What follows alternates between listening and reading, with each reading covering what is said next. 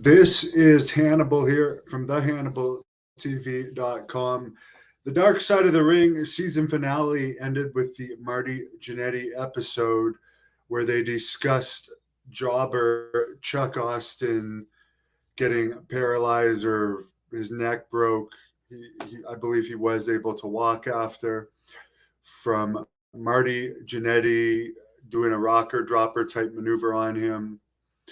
And back in these days, WWE didn't seem to settle cases quickly. And in my interview with Marty Jannetty, where he talked about this, where the link is in the description, apparently WWE didn't even pay for his hospital bill that night. And the other thing that's changed in recent years is poor Marty Jannetty had to pay a large sum of money towards this accident. Where if you look at draws, paralyzing, D'Lo Brown paralyzing draws, he didn't have to pay anything. Ridge Holland doing the botch belly to Big E that now doctors are telling Big E to never wrestle again. Ridge Holland didn't have to pay anything. Whatever compensation Big E's getting, they're keeping him employed. And who knows what secret deal's gone on there. Sasha Banks breaking Paige necks in 2017.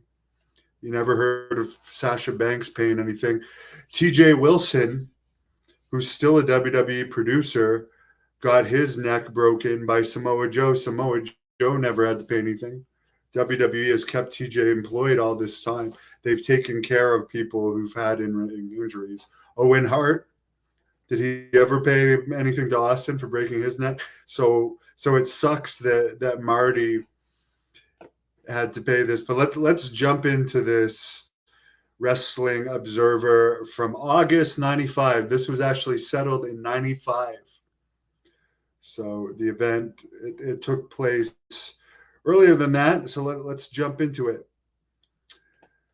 Chuck Austin actually won a $26.7 million judgment against Titan Sports related to this injury that he had in the ring at this taping in Tampa. Austin had hardly wrestled. According to reports, he hadn't been honest about how many matches he had, and he was put into a tag team match in 1991, teaming with my good friend Lanny Poffo, who's passed away now, against the Rockers. During the match, Jannetty used a rocker dropper where he put his leg behind the neck of a bent over Austin and fell down like a guillotine. Austin did not take the fall right and landed head first, breaking his neck, leading to partial paralysis. For a time, he was paralyzed from the neck down, and he regains feeling in his extremities since. The lawsuit actually took place in April of 94. The jury found Titan Sports 90% negligent, Jannetty 5% negligent, and Austin 5% negligent. The trial that went on for 2 weeks had testimony from Austin, Bruno Sammartino, who did not like WWE at the time, Killer Kowalski, J.J. Dillon, head of WWE Talent Relations at that time, who has tons of clips on this channel, Gorilla Monsoon as well, and I believe Joey Morella, Monsoon's son, was the referee that night. Apparently, Gorilla Monsoon's testimony at the trial hurt the case more than helped it, whatever it was. He said, apparently, Titan Sports, which was WWE's parent company at the time, and their insurance company appealed the verdict, and the appeal was scheduled to be heard. But rather than have the appeal, they settled for $10 million, nearly all of which was paid by Titan's insurance company. So Titan's insurance company paid most of it. We know Marty Jannetty still had to pay $500,000, which came out of his pay for years after, which may have been one of the reasons he's been hired and fired so many times, because they wanted to make sure they got the $500,000. Austin's legal team gets $3 million, leaving $7 million with Austin. Apparently, Titan wanted to settle the case with its insurance company before it even went to court for the first trial. But the insurance company wanted to go to court and said it would assume the risk going to court.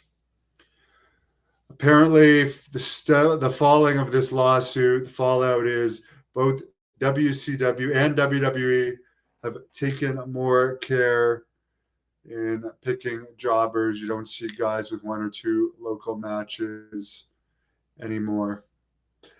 They're more often more seasoned, and that's true. And then wasn't too long after this they fully got rid of jobbers. Other than AEW is bringing them back now, and WWE hardly does it. They've done it with Braun Strowman in recent years, and some other guys here and there, but the jobber matches hardly happen. Grandma Daisy, don't show Russo on here. If Russo didn't get hits, I wouldn't show him. But he gets hits. Just don't click on him. Let's review your buddy Abby. I did a review of his Dark Side of the Ring. WWE and Marty Jannetty got sued, and again nowadays they don't let stuff go to court. They just settle it. Any in-ring injury, and they pay the hospital bills. So I feel as someone that I would say I would consider Marty Jannetty a friend. Maybe not a close friend, but I do like the guy. I mean, to have to pay $500,000, you could buy a fairly nice house for that in the U.S. That sucks when it was clearly an accident, and WWE's insurance company covered most of it for them. So bad situation. Will there be another Cato or Robert Fuller interview? Probably. By the way, Ice Train no-showed his interview last night. Glad you liked the Emmett Johnson shoot interview. He wants to do another one with me. And I think I will have another one with King Mo too. How's Piper? She is just finished eating. She's very full right now.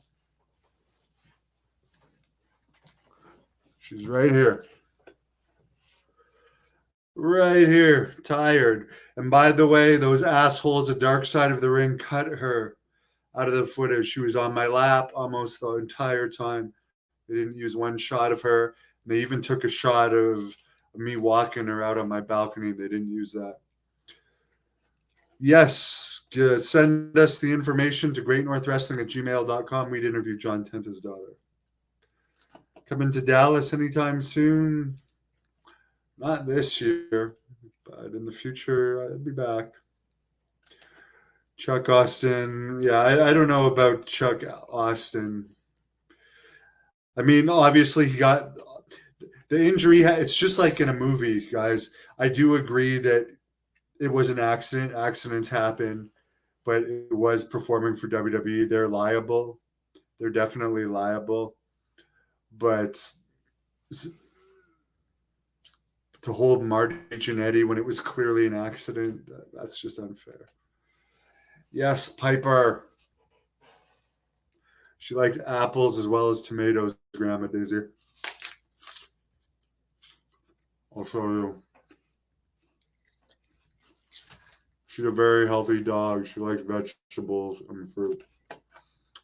Wish everybody a great night. Thanks for your opinion. And by the way, wouldn't it have been funny if D'Lo Brown had to pay towards whatever? You know what? WWE took care of Draws. He lived a really good life, as good as he could with his mobility issues. But